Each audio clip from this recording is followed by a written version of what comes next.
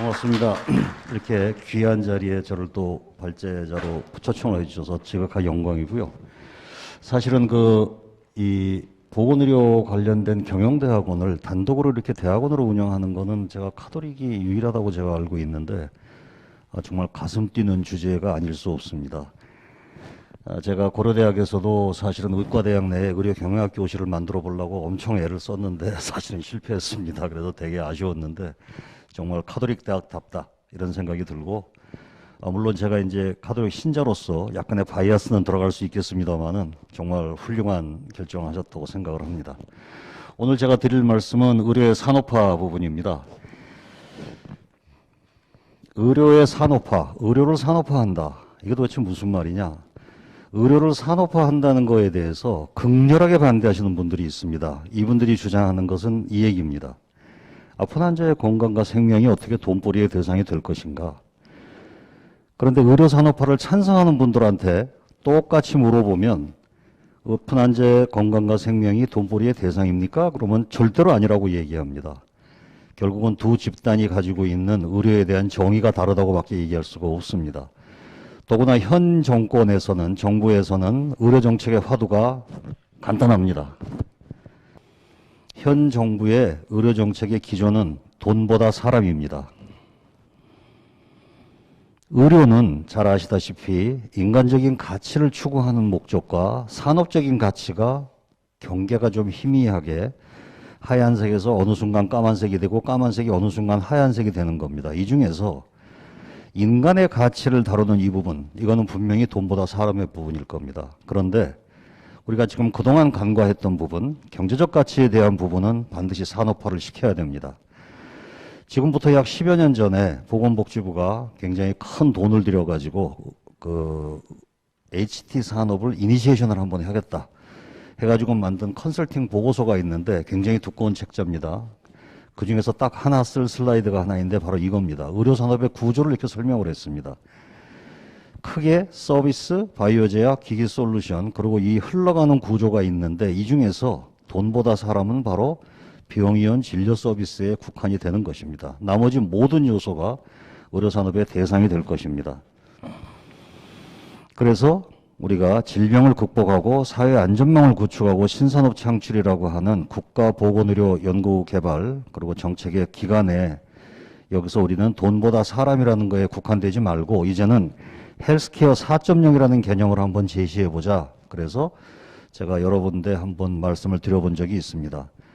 그동안 헬스케어 1.0의 시대, 2.0의 시대, 3.0의 시대를 거쳐서 이제는 4.0으로 한번 가보는데 거기에 가장 대표적인 요소가 4차 산업혁명과 코로나라고 하는 국가 재난형 감염병의 문제가 닥쳐 있을 때 나머지 요소를 어떻게 확보할 것인가 이런 문제를 한번 고민해 볼 때가 됐다고 생각합니다. 저는 의료산업을 바라보는 저의 관점이 있을 겁니다. 제가 이 관점에서 모든 것을 출발합니다. 지금 의료비는, 대한민국의 의료비는 급격하게 상승하고 있습니다. 고령화 인구가 세계 최고의 스피드로 늘어나고 있고 생산 인구는 늘어나지 않고 있죠. 고령 인구가 평균 진료비의 4배를 쓴다고 알려져 있습니다. 그리고 지난 30년 동안 그 의료비의 증가는 약 20배에 달하고 있습니다. 자, 의료비가 급격하게 상승하고 있습니다. 이대로 나가면 대한민국은 이것 때문에 파산할 수도 있습니다. 그래서 이것을 꺾는 것이 목적이기도 한데 제가 흥미있는 것은 이렇게 의료비가 증가하는데 병원과 의사들의 수익은 떨어진다는 느낌을 가지고 있습니다. 그런데 분명히 발생한 의료비는 그럼 누구한테 가냐는 거죠. 이 차액을 가져가는 데가 분명히 있죠. 어디냐 하면 바로 제약회사, 의료기기 회사, 유통회사입니다. 그런데 이 제약의료기기 유통회사가 돈을 벌기 위해서 꼭 필요한 게 하나 있습니다. 뭐냐 하면 의사들의 처방과 의료인들의 의료 행위가 있어야 됩니다. 진찰, 진단, 그다음에 치료, 수술 같은 의료 서비스 행위가 있어야지만 저러한 부가가치가 발생을 하고 있습니다. 만일에 저렇게 생긴 부가가치가 제약회사, 의료기기 회사, 이 기업으로 가서 이것이 국내에 떨어진다면 아무 문제 없습니다. 왜? 의사, 간호사만 조금 참아주면 되거든요.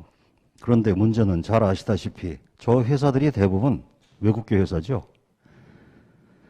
우리나라에서 외국계 회사의 기업 제약과 의료기기의 기업 점유율은 65%가량 달하고 있습니다. 그것도 부가가치 높은 것들은 전부 외국계 기업입니다. 근데 그 외국계 기업이 국내에서 인건비와 영업비용을 제외하고는 재투자를 거의 하지 않는다고 보는 게 맞습니다. 제가 의료산업을 바라보는 관점은 이겁니다. 제주는 의료인들이 넘습니다. 돈은 그렇죠. 자, 이것을 저는 그렇다고 해서 뭐 이것을 좌파적인 시각이라든가 뭐 매판 자본 이런 식으로 보고 싶지는 않습니다. 다만 제가 하고 싶은 얘기는 우리 의료계가 언제까지 부가가치나 성장 동력의 한계가 있는 이 아랫 구조에 소위 말하는 진료 수익이나 근로소득에 매몰되어 있을 것인가 하는 겁니다. 반드시 저쪽 시장으로 들어가야 되고 저 부가가치를 공유해야 된다고 생각을 합니다. 또 하나 보십시오. 전 세계 의료기기 산업의 평균 증가율은 4%입니다. 국내 의료기기 산업의 평균 증가율은 8%입니다. 많은 분들이 이렇기 때문에 의료기기 산업이 상당한 산업으로의 가치가 있다라고 얘기를 하십니다. 그런데 여긴 전제 조건이 있습니다. 뭐냐 하면 국내 기업이 동반 성장할 때 산업이 될 것입니다. 국내 기업이 동반 성장하지 않으면 우리나라 의료기기 시장은 그냥 시장에 불과합니다. 제약 한번 볼까요? 제약도 엄청나게 많은 발전이 이루어졌습니다. 규모상에서. 그런데 이번 코로나 사태 때 백신, 치료제 단 한 건도 만들어내질 못했습니다. 이 문제를 해결하기 위해서 우리가 무엇을 해야 될지 고민을 좀 해봐야 되겠습니다. 그리고 의료기기 산업과 제약 산업은 완전히 다른 산업입니다. 우리 의료계가 산업에 들어갈 때는 현장의 아이디어를 기술을 가진 사람한테 제공하는 요소, 기술 수요에 이게 굉장히 중요합니다. 바이오 제약 쪽은 기초 연구에서부터 내려오는 겁니다. 그러면 그것에 따라 가지고 저희들의 서비스 행태가 달라지는 거죠. 그리고 원천 물질, 원천 특허가 있기 때문에 뒷단이 다 막히는 블록버스터 사업입니다. 그러나 의료 현장의 아이디어를 바탕으로 하는 의료기기 산업. 아마 임상을 하시는 대부분의 임상 의사들이 가지고 있는 아이디어는 의료기기 아이디어입니다. 이것을 어떻게 산업화할 것인가, 그리고 이것을 어떻게 IP화할 것인가가 키워드라고 생각하시면 되겠습니다. 우리 제가 이제 경영대학원이니까 경영 상황에서 우리가 소비 상황에서 세 가지가 있다고 합니다. 구매자가 있고 지불하는 사람이 있고 사용하는 사람이 있습니다. 보통은 하나입니다. 보통은. 제가 핸드폰을 사보니까 자, 핸드폰 시장을 한번 볼까요? 제가 핸드폰을 살 때는 제가 사고 제가 지불하고 제가 씁니다. 저희 딸이 핸드폰을 살 때 보니까 사는 거는 저희 집사람이 결정하고 돈은 제 주머니에서 나가고 사용하는 저희 딸이 사용하더라고요. 여러분들이 비즈니스를 하신다면 여러분들의 고객은 누구냐를 정의를 하셔야 됩니다. 그리고 그렇다면 이것이 의료기기는 어떻게 되나요? 누가 사고 누가 페이하고 누가 사용하는 겁니다. 더더구나 의료기기는 소비를 하는 사람이 존재합니다. 많은 경우에 국가 연구개발 과제가 됐던 비즈니스를 하게 됐던 흔히 착각하는 것이 시장에 대한 판단을 잘못하시는 경우가 많습니다. 소비자군을 시장으로 보고 접근하시더라고요. 그렇지 않습니다. 의료시장은 전형적으로 중간에 벤더가 있는 벤더 시장입니다. 따라서 이 벤더들을 하나를 붙잡으면 시장들이 따라오고 둘을 붙잡으면 시장이 이렇게 따라오는 구조라고 이해를 하시면 됩니다. 자, 우리나라 바이오 제약과 의료기기 시장의 간단한 수합 분석을 해보면 간단하죠. 잘 만드는데 안 쓴다. 그 다음에 우리나라 급여 보장성 강화 때문에 저수가 정책으로 단일 수가제도를 정책을 유지한다. 굉장히 괴로운 상황이죠. 국산화하는 과정에서. 그런데 이 중에서 여러분들 보실 거 있으면 포괄 수가제라는 거 있습니다. 이것이 점진적으로 확대되고 있는데 우리나라 국산 약품, 국산 의료기기가 활성화될 수 있는 좋은 기회일 수도 있습니다. 경영 측면에서 이 부분을 좀 들여다 봐 주셔야 되고, 또 하나, 잘 만들었는데 왜 안 써주느냐. 같은 가격에 품질이 좋든가 같은 품질의 가격이 낮으면 시장에서 반드시 작동을 한다고 되어 있는데 국산 의료기기, 국산 제약은 외국 거보다 성능도 좋고 가격도 싸다. 왜 안 써주냐는 거. 이게 굉장히 고민이죠. 이 부분을 경영에서 풀어주셔야 됩니다. 이유가 뭘까요? 과연 의사들이 비싼 거 쓰고 과거처럼 리베이트를 받기 때문에 그럴까요? 경영에서 이것은 굉장한 화두가 될 것이라고 생각을 합니다. 그리고 용어에 대한 통일이 좀 필요한데요. 오늘도 이제 보건의료 산업이라는 용어를 쓰셨는데, 의료 산업, 바이오 산업, 헬스케어 산업, 바이오헬스 산업 굉장히 다양한데 이 용어에 대한 통일도 좀 필요할 것 같습니다. 의료가 단순한 질병의 치료, 큐어에서 건강의 토탈 웰비잉을 관리하는 케어로, 헬스케어로 넘어가고 있죠. 그래서 헬스케어 산업과 바이오 산업을 차이를 보면은 이건 두 개가 다른 산업입니다. 그래서 헬스케어는 인간의 건강 증진과 생명을 살리기 위한 목적지향적인 거고 굉장히 다양한 기술을 요구를 하고, 바이오 테크놀로지는 바이오 산업은 기술지향적이고 같습니다. 그런데 기술 범위는 넓게 사용하고 바이오 산업은 기술이 좁은데, 의료도 의용하는 범위는 헬스케어 산업은 좁고 바이오 산업은 무지하게 넓습니다.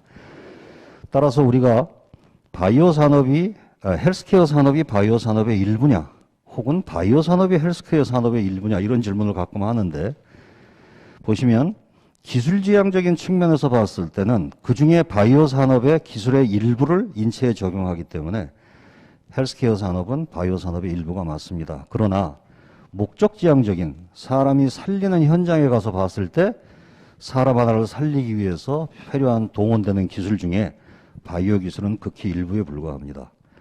따라서 어느 것이 맞느냐? 둘 다 맞습니다. 다만 서로 위치하고 있는 레이어가 다른, 차원이 다른 산업입니다. 그래서 이것을 의료 산업으로 통일하면 되는데, 그것을 여러 부처라든가 이해 당사자들의 거부감 때문에 우리나라에서는 바이오 헬스라는 용어를 통일을 했습니다. 바이오라는 기술 요소와 헬스케어라는 목적 요소를 통합을 한 거죠. IT는 조금 아쉽기는 합니다만은, 그래서 한국 경제의 3대 성장 동력에 바이오헬스 산업이 들어가 있고, 이것이 소위 말하는 빅3에 소위 우리가 가지고 있는 기술 요소, 응용 요소라고 하는 DNA 기술이 붙어서 ESG 경제를 지향한다라는 게 현재의 전체적인 트렌드라고 보시면 되겠습니다. 그래서 2019년도에 문재인 대통령이 5성 첨단의료 복합단지를 내려가셔서 바이오헬스 산업을 제2의 반도체 사업으로 하겠다고 하는 국가 비전 선포식을 했습니다. 그것에 따라서 관계부처에서 혁신 전략을 만들었고 구체적인 수치적인 목표도 만들어냈습니다. 자, 이제부터는 바이오헬스 산업의 통일을 해서 말씀을 한번 드려보겠습니다. 대한민국의 바이오헬스 산업은 크게 서비스, 제약, 의료기기로 분류가 되어 있습니다. 문제는 뭐냐? 서비스 시장이건 제약 시장, 기기 시장이건 R&D 규모건 전 세계 글로벌 시장의 2%를 넘지 못하는 2% 트랩에 지금 묶여 있습니다. 우리나라는 전 세계에서 가장 많은 연구비를 투자하는 나라입니다. 특히 나라의 사이즈에 비해 가지고는 최고로 많은 연구비를 투자하고 있고, 이제 곧 30조 R&D를 들어가고, 그중에서 바이오헬스 R&D가 거의 4조에서 5조 단계로 넘어가는 단계에 있습니다. 실제 규모 자체도 전 세계에서 3, 4위는 하고 있습니다. 우리나라 가진 게 없으니까 연구개발에 투자할 수밖에 없죠. 사람을 길러야 되고. 그런데 논문 특허는 많이 나오는데 이것이 실용화되는 투자 효율이 굉장히 떨어진다는 게 문제가 되고 있습니다. 의료기기를 예를 들자보면 각 분야에 연구하시는 분들 보면은 세부 요소들을 보면 굉장히 훌륭한 하이테크들 많이 하고 계시고, 연구자 한 분 한 분들 정말 이분 한 분만 집중으로 밀면 노벨상 나오겠다는 연구들 많이 하고 계십니다. 문제는 뭐냐? 합치면 비싼 장난감이 되고 끝난다는 겁니다. 실용화가 되지 않고 있습니다.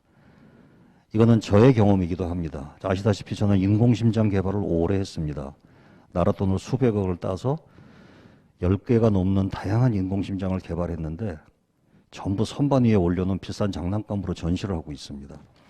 우리가 정말로 나는 비행기를 만들어내려면 현재와 같은 기술 중심의 R&D에서 목적 중심의 R&D가 병합이 돼야 되고 순방향, 역방향이 협력을 이루어야 될 겁니다. 한국 경제에서 이런 우리나라 그 바이오 R&D 예산이 규모가 기술 사업화 역량이 떨어진다는 건 오래됐습니다. 그래서 심지어는 2015년 경에는 그만하고 사다 쓰자.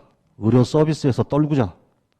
의료 R&D 투자 그만하고 이걸 차라리 다른 용도로 넘기자 이런 얘기가 나왔었습니다. 굉장히 그때 2015년도 예산 편성할 때 위기감이 있었습니다. 그런데 다행히 그때 한미약품이 엄청나게 대박을 쳤죠. 기술 이전으로. 그리고 난 다음에 이 뒤에 바이오 투자가 뭔가 해볼만 하구나 해가지고 연속으로 나오고 있습니다. 이제. 그래서 지금은 바이오헬스 산업이 국가 미래 성장 동력의 하나로 자리를 잡았고 그것을 위해서 엄청난 정부가 투자를 밀어붙이고 있습니다. 코로나 상황이 한참일 때 작년에 보건산업진흥원에서 보조자료를 냈죠.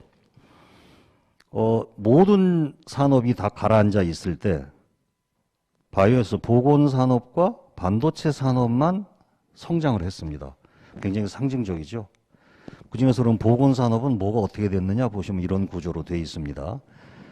그리고 실제로 이것은 수출에 대한 걸 표현한 거기 때문에 실제 국산이 바깥으로 나간 겁니다. 이게. 그래서 굉장한 신장을 했습니다. 그래서 굉장히 고무적이긴 하지만 아직도 이것이 국가의 먹거리 산업이 되기에는 아직 멀었습니다. 그러기 위해서 우리가 해내야 될 것이 무엇이냐. 특히 경영 측면에서 들여다봐야 될 게 있습니다. 뭐냐 하면 죽음의 계곡 부분입니다. 우리가 어떤 종류의 산업이건 어떤 종류의 R&D건 아이디어가 시제품으로 가고 시제품이 실용화되고 실용화가 산업화되는 기에는 세 개의 장벽을 거쳐야 됩니다. 첫 번째가 악마의 강, 두 번째가 죽음의 계곡, 세 번째가 다윈의 바다라고 합니다. 그런데 이 중에서 바이오헬스 산업을 특징 짓는 구간이 하나 있습니다. 바로 죽음의 계곡입니다. 다른 산업도 존재합니다만 이 간이 잘 씁니다. 여러분들 잘 아시다시피 2008년도 네이처 메디슨 표지를 장식했던 사진이죠. 훌륭한 실험실에서 훌륭한 프로토타입이 만들어져 있음에도 불구하고 현장에 도착을 하지 못한다는 거죠. 이 사이를 죽음의 계곡, 이걸 넘겨야 되는데 많은 부분들이 이 부분을 규제의 골짜기라고 생각을 합니다. 대표적으로 식약처, 내카, 심평원 이렇게 돼 있죠. 어떤 부분에서는 규제의 골짜기도 맞습니다. 그래서 이 규제의 골짜기를 해결하기 위해서 정부가 제시한 사업이 세 가지가 있습니다. 하나는 소프트웨어 사업이 두 개가 있습니다. 하나가 연구중심병원 프로젝트, 그 다음에 범부처 연구개발 사업 두 개 있죠. 신약하고 의료기기. 그 다음에 세 번째 하드웨어 시스템으로 제시한 것이 첨단의료 복합단지 사업입니다. 이것이 바이오헬스 클러스터죠. 그래서 연구중심병원을 보면은 병원을 산업의 현장으로 쓰라는 겁니다. 기초연구와 실용화 연구가 실용화 그 병원의 이쪽하고 만나는 개방형 오픈 플랫폼으로 병원이 존재하라는 거였습니다. 그래서 지금 환자 진료는 제가 좀 개인적으로 느낌이지만 진료는 복지로 넘어간 것 같습니다. 그리고 한 번 간 복지는 돌아오지 않을 것 같아요. 그래서 병원 관점에서 봤을 때 소위 한계 효용이 깔아앉고 있는 건 분명합니다. 그래서 이것을 극복하기 위해서 연구 쪽을 활성화시키고 소위 이것을 통해서 대학도 앙트레프레니얼 유니버시티가 될 수 있도록 함으로 해서 전체적인 소위 부가가치를 끌어올리는 노력을 해야 된다라는 철학에서 출발을 했고 2013년도 연구중심병원이 10개가 지정이 될 때 우리 카톨릭 대학이 굉장한 엄청난 연구 역량을 가지고 있음에도 불구하고 이때 지정에 실패를 했습니다. 대단히 가슴 아픈 일입니다. 그러나 이거는 브랜드에 불과하고 실질적인 지원은 거의 없습니다. 그래서 저는 오늘 얘기하고 있는 이 비즈니스와 경영으로 이것을 충분히 일소해낼 수 있다고 믿어 의심치 않습니다. 제가 칼럼을 썼는데요. 시간이 없으니까 자세하게 소개는 못하겠습니다만은 나중에 혹시 기회가 되시면 한번 보십시오. 우리가 고속도로에서 차가 멈춰 있을 때 어떤 사람이 지나가면서 쓱 들여다보더니 망치로 어디 한 군데를 땅 쳤습니다. 시동이 부르릉 걸렸어요. 얼마를 줄까? 100일불 달라. 망치질 하나에 100일불 좀 심한 거 아니냐 그랬더니 어디가 곧 망치질을 하면 아는 지식값이 100불이고 망치값은 1불이라고 그랬습니다. 이 칼럼의 주제가 그겁니다.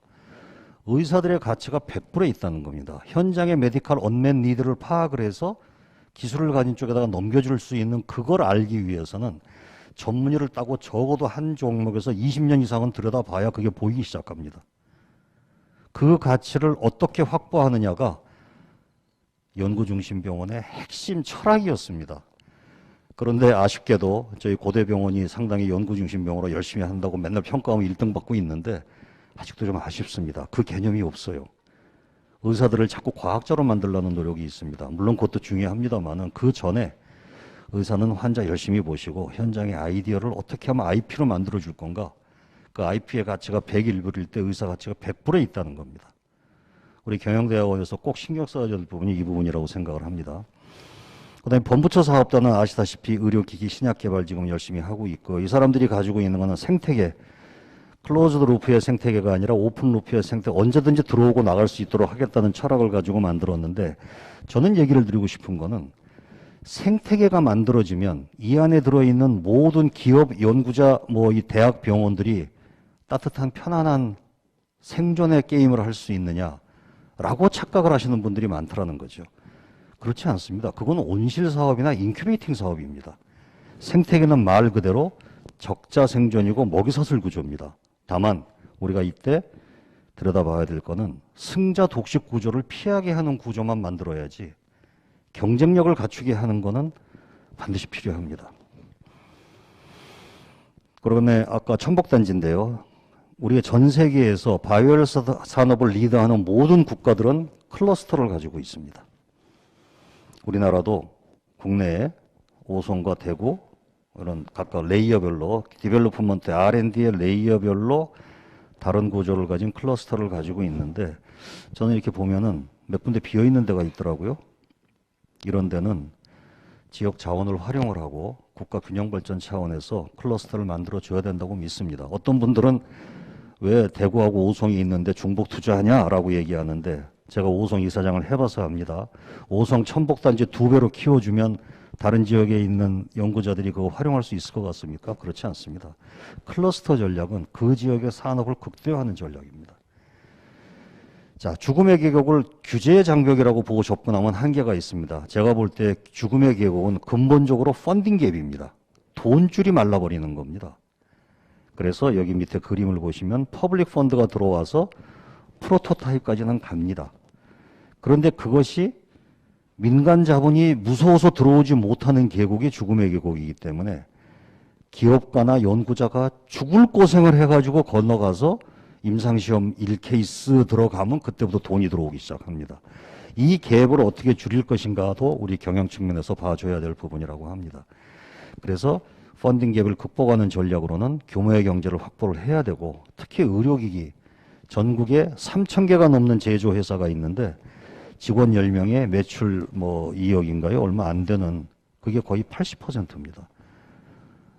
그런 걸 가지고 어떻게 글로벌 시장을 나갈 수가 먹거리 사업이 되려면 글로벌 시장을 나가야 되는데 그리고 대기업은 못 들어오게 막아놓습니다. 왜? 골목 상권 들어온다고. 저는 M&A도 적극 강조를 해야 되고 대기업 참여를 관여를 해야 된다고 생각을 합니다. 공공투자 효율화 문제가 또 있고요. 뭐 이 얘기는 이거 하나만 가지고도 뭐 1시간씩 할 수 있으니까 제가 줄이겠습니다. 다만 우리가 항상 고민을 할 때는 출구 전략을 정확하게 수립을 해야 될 것 같습니다. 이것이 R&D가 됐던 기업이 됐던 창업이 됐던 우리 경영대학원에서 이 부분에 대한 거를 좀 알려주셔야 될 것 같아요. 이 바이오헬스 산업은 후반으로 갈수록 부가가치가 엄청나게 증폭을 합니다. 여러분들 아시다시피 임상시험 한 케이스 들어가면 1대8 그다음에 그 주식이 공개하면서 1대8로 최소한 들어가잖아요. 그죠? 이거 끝까지 못 갑니다. 대한민국이. 왜냐하면 우리나라가 반도 국가라고 그러지만 아직은 반도가 아니거든요. 우리나라는 인구 5천만의 섬나라입니다. 내수시장 5천만 규모의 섬나, 삼면이 바다로 막혀 있고 북쪽은 바다보다 더한 놈들이 막고 있는 나라입니다. 인구 5천만의 섬나라의 바이오헬스 산업의 전략을 어떻게 세울 것인가 굉장히 중요한데 저는 그래서 항상 세그멘테이션 전략으로 가자. 기초연구하고 적당한 선에서 출구 쓰고 아니면 선진국에서 기초연구를 패스트트랙이라고 그러죠. 이걸 갖다가 들여와서 우리나라가 잘하고 있는 중개임상을 통해서 부가가치를 끌어온 다음에 내보내든가 아니면 차다 그냥 사다 씁시다. 서비스에서 떨구자. 이런 세그멘테이션 전략도 필요하다고 봅니다. 지금 현재 우리는 문명의 격변기를 마주하고 있는 세대입니다. 아마 100년, 200년 뒤에 길이길이 기억될 세대인데요. 두 가지에 직면하고 있습니다. 하나는 4차 산업혁명, 코로나입니다. 4차 산업혁명의 최대의 수혜자는 의료산업이라고 되어 있고 인류의 건강이라고 되어 있습니다. 그래서 미래 헬스케어에 낙관적인 시나리오가 많죠. 여러분들도 많은 부분에 이 낙관적인 시나리오에서 달려갈 겁니다. 그러나 잘 아시다시피 4차 산업혁명 비관적 시나리오가 분명히 있습니다. 햇빛이 강하면 그림자가 반드시 강하게 됐습니다. 그중에 대표적인 것이 양극화 현상과 주변화 현상입니다. 대표적인 게 건강 불평등이라고 이번에 코로나 사태에서 극명하게 보여줬지 않습니까? 소득에 따라, 지역에 따라, 교육에 따라, 인종에 따라, 사회 계층에 따라서 건강이 불평등하다는 겁니다. 이 부분도 들여다봐야 될 부분입니다. 4차 산업, 이번에 코로나 사태가 4차 산업의 많은 요소를 앞당겼다라고 얘기하시는 분들도 있습니다. 일부 맞는 얘기입니다. 그러나 두 개를 잘 구분을 해보면 굉장히 많은 차이가 있습니다. 국제화가 지역화로 바뀌고 소위 말해서 이 내보냈던 것을 다시 끌어당기죠. 1차 그 아주 1차 산업, 2차 산업 같은 거를 이런 문제들이 있습니다. 대표적인 자유경제 산업을 시장 개입을 하기 시작하고 이러한 큰 변화가 있습니다. 이러한 큰 변화에서 정부와 기업이 해야 될 일이 다르다는 건데 이거는 딜로이트 인사이트에서 나온 얘기를 제가 발췌를 했습니다. 이 중에서 기업이 해야 될 일, 이것이 혁신입니다. 혁신의 정의는 다양합니다. OECD 혁신도 있고. 근데 제가 개인적으로 좋아하는 혁신의 정의는 미네소타 대학의 혁신의 정의입니다. 혁신이라는 거는 사회에 가치를 더해주는 아이디어라는 겁니다. 근데 중요한 거는 그 가치와 유용성은 누가 결정한다? 개발자가 아닌 커스터머가 결정한다는 겁니다. 혁신을 위해서 꼭 필요한 게 하나 있습니다. 뭐냐면 융복합입니다. 우리가 보통 대표적으로 의료에서 융복합 그러면 산학연병관 많이 들으셨죠. 이 산학연병관에 스테이크 홀더들이 있습니다. 산 쪽의 스테이크 홀더들, 학, 연, 병, 관. 이분들이 모여야지만 의료 바이오헬스 산업화가 성공을 하는데 문제는 갈등이 존재한다는 거예요. 왜? 이 스테이크 홀더들이 가지고 있는 성공의 정의가 다르기 때문에 그렇습니다. 투자자의 성공의 정의는 간단합니다. 빠른 투자 회수입니다. 기업가의 성공의 정의는 자기 기업이 서스테이너블하게 존속하는 겁니다. 학자, 논문 특허, 평가받아야죠. 대학원생 길러내야죠. 개발자, 실용화되는 거죠. 기술 이전이죠. 더구나 PBS 기관 같은 경우에는 연구비를 따야 자기 월급이 나오잖아요. 병원은 뭐죠? 의사, 간호사 선생님들은 내 환자가 살아나는 걸 보는 게 꿈입니다. 그리고 공무원들은 꽈나죠. 국가 정책에 성공해야 되고 본인의 경력 관리가 있어야 됩니다. 성공의 정의가 다르기 때문에 갈등이 존재하고 따라서 혁신과 융복합의 성공의 추동력은 커뮤니케이션을 바탕으로 하는 리더십입니다. 따라서 우리가 혁신가를 기르는 거는 인벤터를 기르는 게 아니라 인노베이터를 길러야 되고 우리가 흔히 혁신할 때 기술 혁신 하는 것의 한계를 여기서 볼 수 있다고 생각을 합니다. 요즘 전 세계적으로 의료 산업화 얘기를 하면 의료와 공학기술의 콜라보레이션. 고려대학은 이것을 뭐라고 표현하냐면 의기투합이라고 얘기를 합니다. 한자가 다르죠.